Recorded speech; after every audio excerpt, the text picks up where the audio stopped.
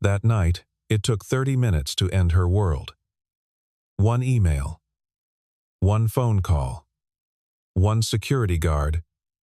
Waiting at the gate. No hearing. No explanation. No appeal. Wonder and doubt. Wonder explanation. A 16-year-old girl. Full scholarship. 2 years of perfect grades.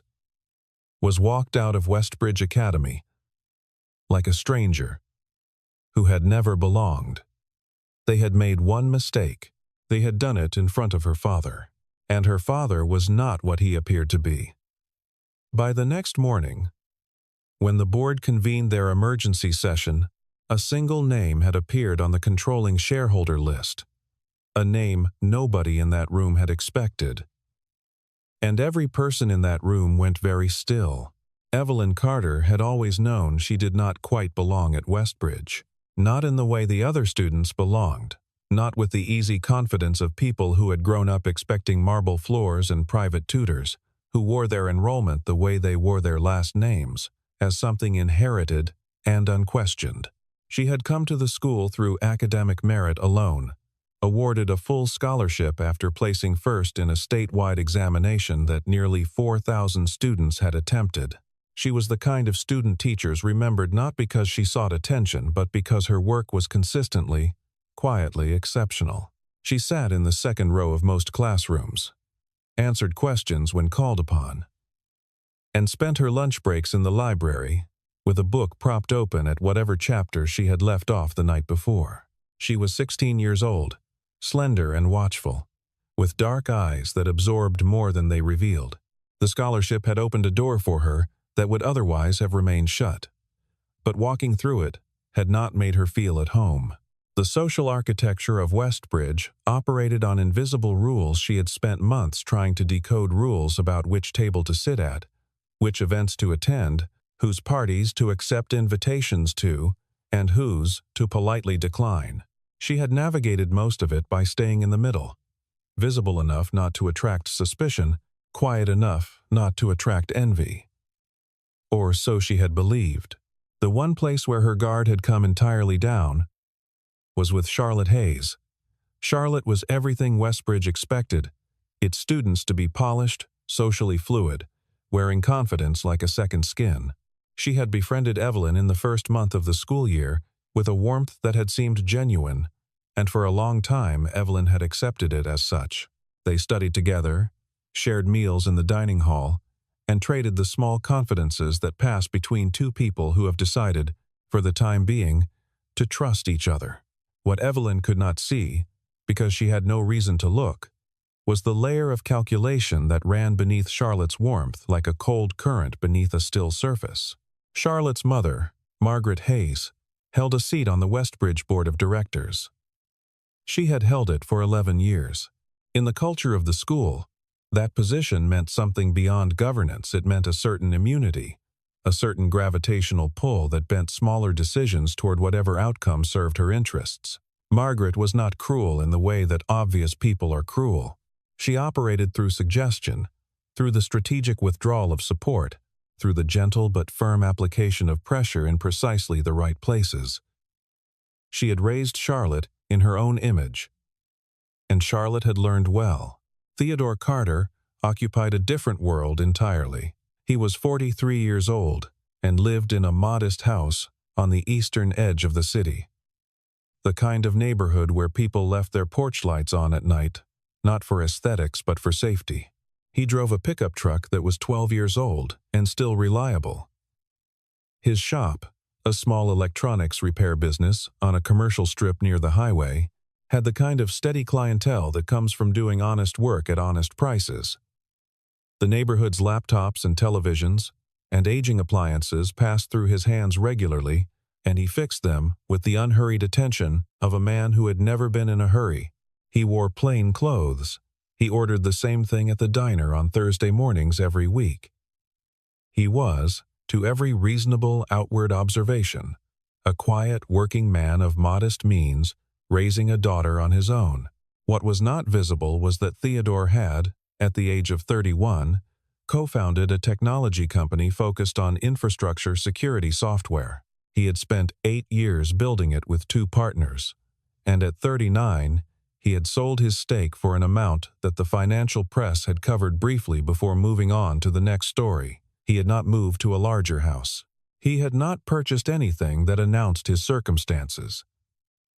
He had reinvested a significant portion of what he received, quietly, through a series of holding structures managed by advisors, who understood his preference for anonymity. He paid for Evelyn's scholarship himself, though the school believed it was funded by an endowment. He had wanted her to earn her place there on her own terms. He had wanted her to know that she belonged because of who she was. The diamond bracelet disappeared on a Tuesday afternoon in November. It belonged to Charlotte, who wore it sometimes during the school day and sometimes left it in her locker in the athletics changing room. The changing room was a long, narrow space lined with pale wooden lockers, smelling of cold air and shampoo, connected to the gymnasium by a corridor that rattled when the heating came on.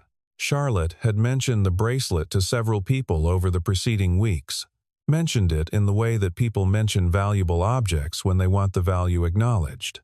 White gold, she had said. Vintage setting. A gift from her grandmother. On that Tuesday, Evelyn had stayed late in the changing room after her swimming session, rinsing her goggles and drying her hair, while most of her classmates had already left. She had noticed the bracelet on the bench near Charlotte's locker, and had thought briefly about bringing it to the front office, but by the time she was ready to leave, it was no longer on the bench. She had assumed Charlotte had returned for it. She had not thought about it again. The camera installed in that section of the changing room, a unit that had been functioning normally for the past 2 years, had developed a technical fault sometime that afternoon. The fault affected precisely the 40-minute window during which the locker room had been occupied. The timing was later described by the administration as unfortunate. It was, in fact, something else entirely. Charlotte reported the bracelet missing the following morning. She came to the front office with her eyes cast downward, and her voice soft with reluctance, and she said that she had not wanted to make an accusation, that she cared too much about her friendship with Evelyn to assume anything, but that Evelyn had been the last person in the changing room, and that she could not, in good conscience, simply say nothing. The front office called the principal. The principal called Margaret Hayes. Margaret Hayes arrived within the hour, and behind the closed door of Richard Collins's office, a conversation took place that no one else was present to hear. By the time Evelyn was summoned to the principal's office at 4 in the afternoon, the conclusion had already been reached. The meeting lasted 11 minutes.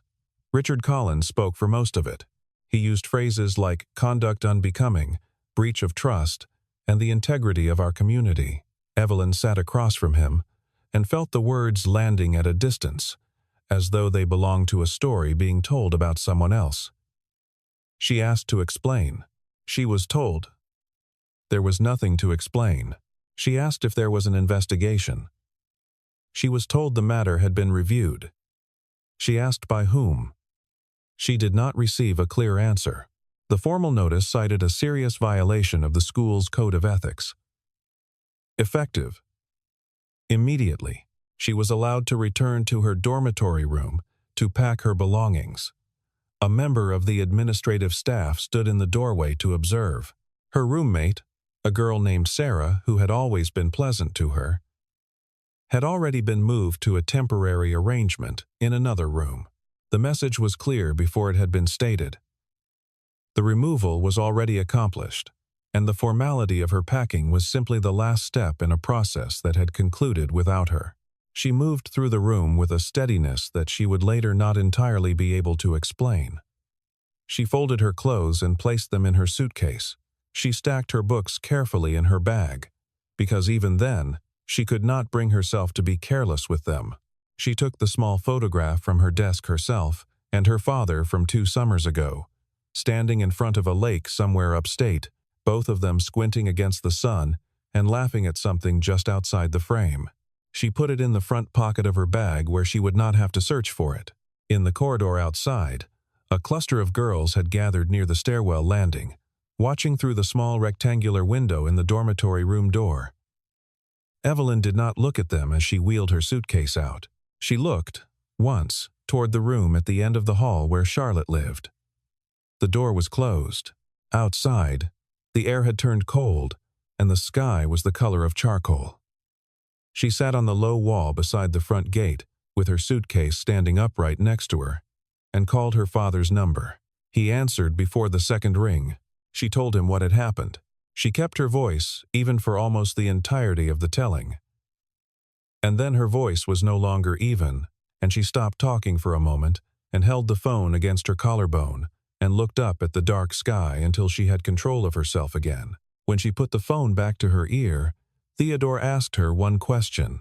"Did you take it?" She said no. He said, "Then that's all I need to know." She was still sitting on the wall when it started to rain. A slow, fine rain that came without warning and turned the streetlights blurry. She did not have her coat because it was still inside somewhere in the dormitory, and the thought of going back for it was something she could not manage. She sat with her arms around herself and watched the water bead on the handle of her suitcase and thought about nothing in particular, because thinking about particular things was more than she could do right then. Theodore arrived 40 minutes later. He stepped out of his truck without hurrying, walked to where she was sitting, unzipped his jacket and placed it around her shoulders without saying anything, and then stood next to her for a moment looking at the school building. He did not ask additional questions. He did not begin strategizing aloud. He simply stood with her in the rain for a moment, and then he picked up her suitcase with one hand and placed his other hand briefly on the back of her head, and he said, "Let's go home." On the drive home, he asked if she was hungry. She said she wasn't sure. He stopped at a diner and brought out 2 cups of soup and a paper bag of rolls, and they sat in the parking lot and ate in the warmth of the truck cab while the rain came down steadily against the windshield, and neither of them said much, and somehow that was all right. What Evelyn did not know, and would not fully understand until later, was what happened when Theodore returned home that night and sat down at the small desk in the corner of his kitchen. He did not call the school. He did not draft a letter. He did not search for an attorney's number in the angry, urgent way of someone who has just been wronged. He opened a contact on his phone and stared at it for a moment. Then he opened a second contact. Then he made a call that lasted 6 minutes. And during those 6 minutes, his voice was the same voice it always was measured. Deliberate, without apparent emotion. When the call ended, he made another one, this time to a financial advisor he had worked with for the past 7 years. A careful man named Gerald, who answered his phone regardless of the hour, because he had learned that when Theodore called, the matter was worth attending to. The name Theodore mentioned in that second conversation was Westbridge Holdings, the parent entity through which the school's endowment and physical assets were governed. The conversation was brief. Gerald asked 2 questions. Theodore answered both of them. Gerald said he would make some calls in the morning and that Theodore should expect to hear from him before 9. What Evelyn did not know was that her father had, for a period of about 3 years during his late 30s, held a minority stake in an investment vehicle connected to Westbridge Holdings. He had exited that position before Evelyn ever enrolled at the school, carefully and quietly, because he had not wanted even the appearance of a conflict of interest to shadow her scholarship. The relationship between Theodore and the people who ran that fund was not adversarial. It was simply dormant. It was about to be reactivated. Theodore did not sleep much that night. He sat at his kitchen desk with a notepad and a cup of tea, and he worked through the structure and he already knew who held what percentage, which positions had changed hands in the past 5 years, where the leverage points were in the ownership chain. He had not forgotten any of it. He had simply not had reason to revisit it. The picture that assembled itself on his notepad over the next 2 hours was not complicated. The school's governing entity was held through a layered structure, but the controlling interest was reachable. It required capital, the right intermediaries, and the right timing. Theodore had all 3. He went to bed at 2 in the morning and was awake again at 5:30. By 6, he had sent 3 messages. By 7:15, Gerald had called back with a number. The board of Westbridge Academy was convened for an emergency session at 8 in the morning, called by the chairman of the governance committee, in response to what was described in the meeting notice as significant unexpected movement in the school's holding structure. Richard Collins arrived in a pressed suit, looking mildly irritated but not alarmed. Margaret Hayes came in 4 minutes after the session was scheduled to begin, carrying a leather portfolio and taking her customary seat at the midpoint of the oval table with the ease of someone who expected to be in control of whatever room she entered. The governance chairman, a quiet man named Harold Baines, who had been running these meetings for 9 years, opened by distributing a 2-page summary document and asking everyone to read it before he spoke. The room read. The room was quiet for a moment, longer than it should have been. The document indicated that a firm called Clearwater Strategic Holdings, LLC had acquired controlling interest in the Westbridge Foundation Trust over the preceding 24 hours through a series of transactions that were entirely within the legal parameters of the trust's operating agreement. The transactions had been completed before market opening. The principal behind Clearwater Strategic Holdings was listed by name, Theodore Carter. Richard Collins looked up from the document and said, very quietly, "That's the father." Margaret Hayes set her copy of the document down on the table with a precise, controlled movement, and said nothing at all. Theodore arrived at the school at 9:15. He drove his pickup truck into the faculty parking lot and walked through the main entrance carrying nothing.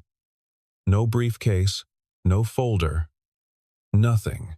He was wearing the same kind of plain clothes he wore every day. Dark slacks, a collared shirt, a jacket that was neither expensive nor shabby. The receptionist, who had seen many powerful people walk through that entrance over the years, said something later to a colleague about the quality of his silence, the way he moved through the lobby without looking around. As though he had already seen everything he needed to see, he was shown into the conference room where the board was still seated. He pulled out a chair at the far end of the table, not the head, deliberately, and sat down. He looked at each face in the room once, briefly, without expression. He said, "I'd like to talk about what happened to my daughter." Nobody in the room said anything for a moment. Then Harold Baines, his voice steady and careful, said that the board was prepared to discuss the matter. Theodore said there would need to be a full investigation. He said every piece of evidence related to the incident would need to be reviewed, including security footage from all cameras in the athletics building, not just the one in the changing room, but every corridor camera, every entrance and exit camera, every unit in the adjacent gymnasium. He said the investigation would be conducted by an outside firm he had already identified. He said the results would be shared with the full board and with the school community. He said all of this without raising his voice, without the slightest shift in his measured, unhurried cadence. And the effect of it was that every person at that table understood they were not being asked. Margaret Hayes began to speak. Theodore looked at her. She stopped. The investigation firm arrived at Westbridge Academy before noon. They were 3 people, a woman who led the team and 2 colleagues who carried cases of equipment. They were efficient and thorough, and they worked quickly. By mid-afternoon, they had pulled footage from 6 cameras that Richard Collins's administration had not considered relevant to the original review. The first useful piece of footage came from a hallway camera positioned near the athletics building's secondary entrance. The timestamp placed Charlotte Hayes entering that entrance alone at 3:12 in the afternoon, approximately 22 minutes before Evelyn had arrived for her swimming session. Charlotte exited the same entrance at 3:28, 9 minutes before Evelyn entered. She was not carrying anything visible when she entered. The footage of her exit was less clear, but the angle of her arm and the way her jacket fell suggested her hand was closed around something. The second piece of evidence came from the data analysis of Charlotte's phone, obtained with proper legal authorization. Text messages sent that evening between Charlotte and a friend contained references that, when placed in sequence, described something that could not be explained away. The third piece came from a student, a junior named Marcus Webb, who had been in the corridor outside the changing room during the relevant window and had seen something that he had not, until now, told anyone. He had been told, the previous evening, by a senior student he respected, not to involve himself. He sat across from the investigator and answered every question asked of him with a directness that suggested he had been waiting for someone to ask. The picture that assembled from these three sources was not ambiguous. Charlotte had taken the bracelet herself. She had done it carefully and in advance, timing her visit to the changing room before anyone else arrived. Removing the bracelet from the locker, she knew the combination to her own bracelet from her own locker, collected before it could be found. Then she had waited. She had waited for Evelyn to be the last person in that room.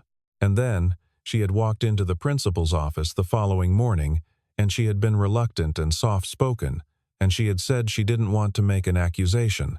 The motive was something the investigation could reconstruct only partially from the available evidence, but the outline of it was clear.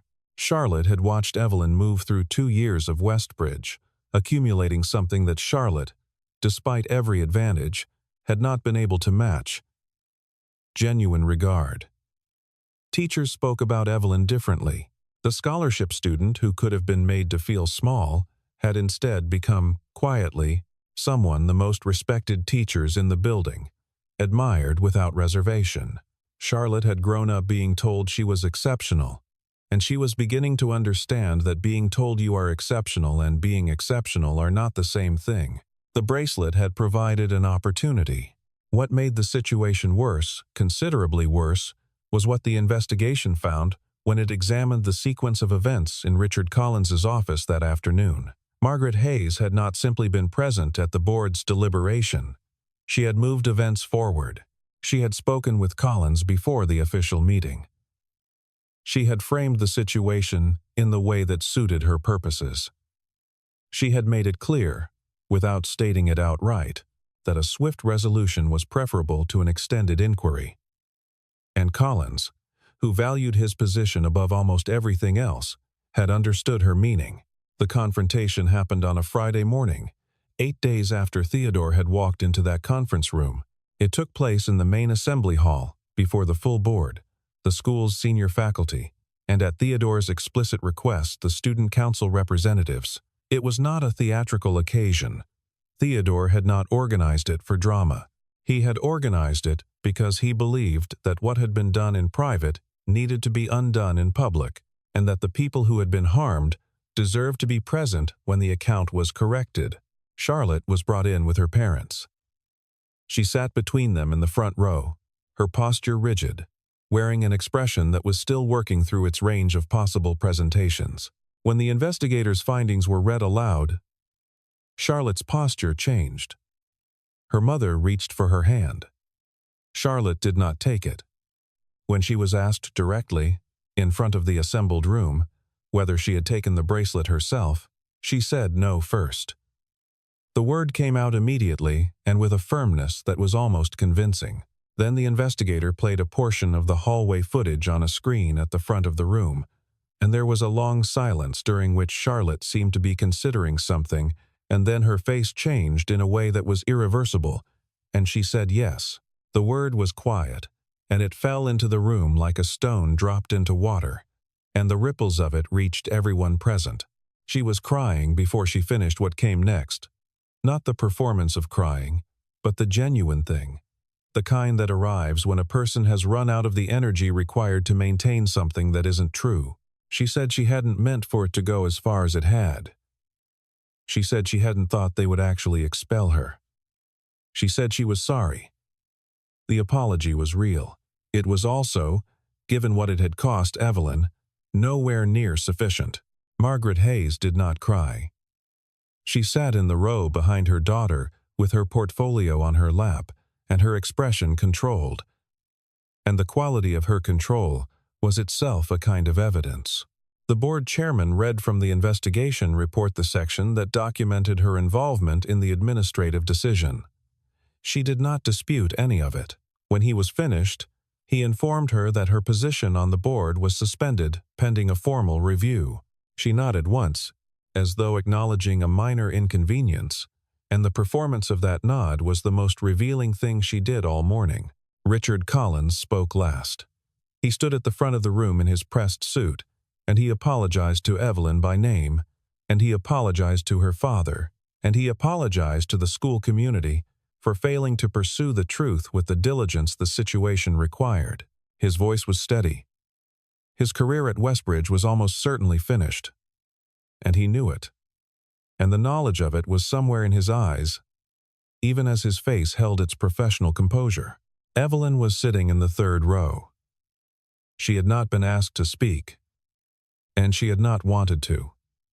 She watched each person at the front of the room with the same watchful, absorbing quality she brought to everything, and she felt something moving through her that was not triumph and was not satisfaction, but was something quieter and more durable. The specific quality of relief that comes not from getting what you wanted, but from seeing the shape of things made clear. She returned to Westbridge the following Monday. Her dormitory room had been restored. Her belongings, which had been placed in temporary storage, were returned to her without delay. The girls who had watched through the corridor window on the night of her expulsion did not meet her eyes in the hallway, and she did not require them to. She walked through the school with her head level and her bag on her shoulder, and she sat in the second row of her first class and opened her notebook, and the teacher, Miss Renner, who had always been one of the neutral ones, and who now wore a certain conscious attentiveness in her expression when she looked at Evelyn, asked the class to turn to page 112. That evening, Evelyn called her father from the dormitory phone. He answered, as always, before the second ring. She asked him the question that had been sitting with her since the morning of the board meeting, the one she hadn't known how to phrase until now. "Did you buy the whole school because of me?" There was a brief pause on the other end of the line. Not the pause of someone searching for an answer, but the pause of someone deciding on the best way to give the one they already had. "No," Theodore said. "I bought a controlling interest in the holding trust because a process was broken and needed to be fixed. You were the reason I looked at it. But what I found, when I looked, required someone to act. So I acted." She thought about that for a moment. "Are you going to keep it?" she asked. "The shares? Long enough to make sure the changes stick," he said.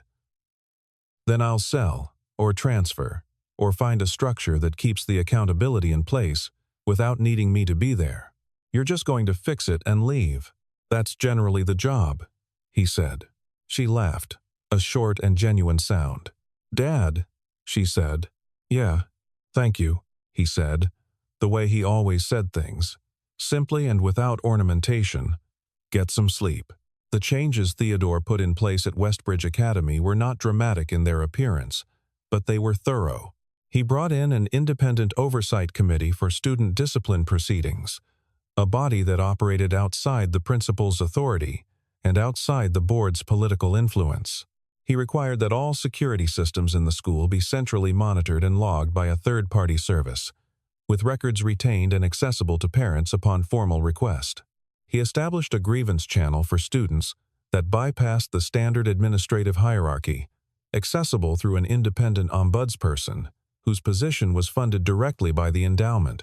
He also, with considerably less fanfare, quietly endowed 3 new full scholarships, not named scholarships, not accompanied by ceremonies or plaques.